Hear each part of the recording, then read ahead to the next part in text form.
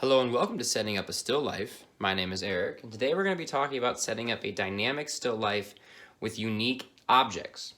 Today I have different objects, two different bottles, two fruits, and a bottle opener.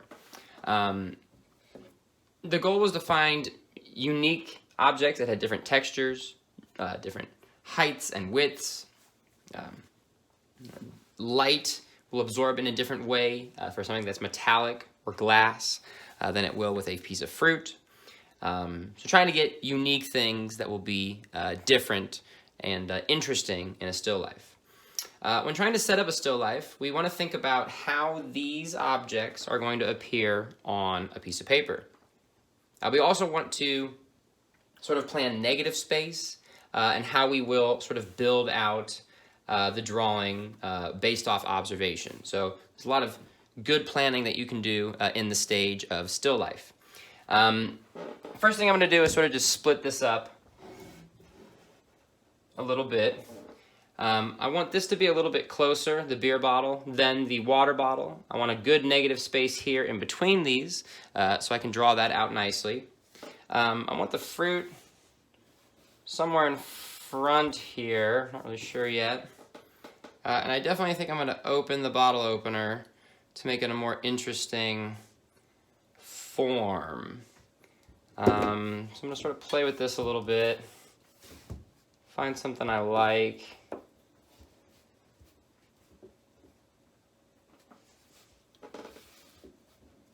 Looking at negative space, try to think about how the space of one object will affect another object. It's not bad.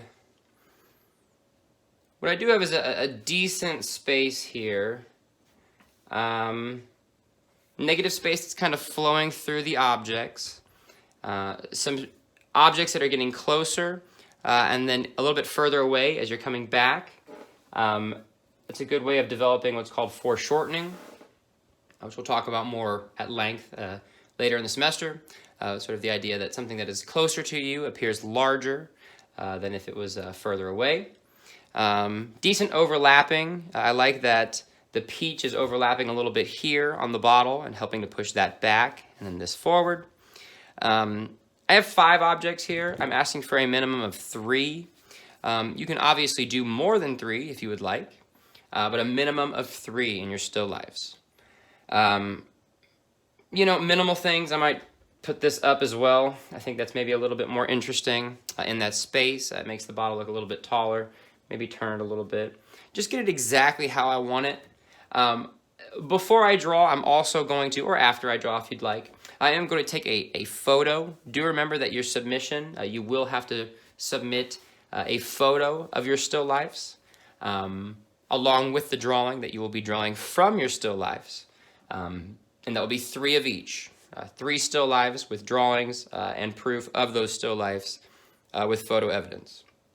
Okay, so once again, think about how, not only what objects you're going to be using, but how you organize those objects and how that's going to change the reading of your drawing.